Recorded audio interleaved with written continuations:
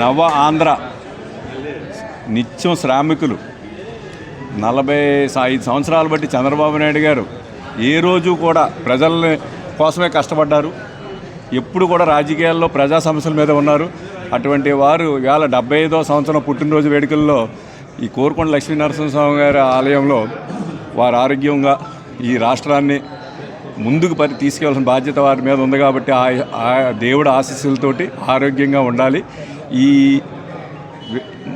మన ఆంధ్ర రాష్ట్రాన్ని ముందుకు తీసుకునే బాధ్యత వారి మీద ఉంది. కాబట్టి వారి యోగక్షేమాల కోసం పూజ చేసిన మా ఎన్డీఏ కూటమి సభ్యులు రాజానగరం నియోజకవర్గం ఇన్ఛార్జ్ అయిన బొడ్డు వెంకటరామ చౌదరి గారు, అలాగే మా ఎమ్మెల్యే గారు, భారతీయ జనతా పార్టీ వాళ్ళు అందరూ కూడా వారు ఆరోగ్యంగా ఉండాలని లక్ష్మీనరసింహ గారిని వేడుకోవడం జరిగినది.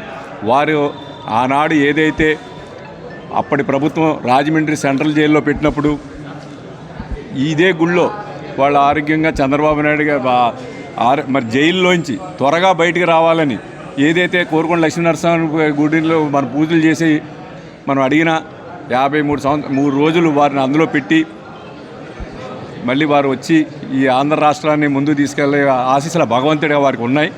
కాబట్టే వారు మళ్ళీ ముఖ్యమంత్రి అయ్యి మన రాష్ట్రాన్ని ముందుకు తీసుకెళ్తారని వారికి జన్మదిన శుభాకాంక్షలు ఎన్డీఏ కూటమి తరఫున రాజానగరం నియోజకవర్గ ప్రజల తరఫున నేను మీ ద్వారా తెలియజేస్తున్నాను.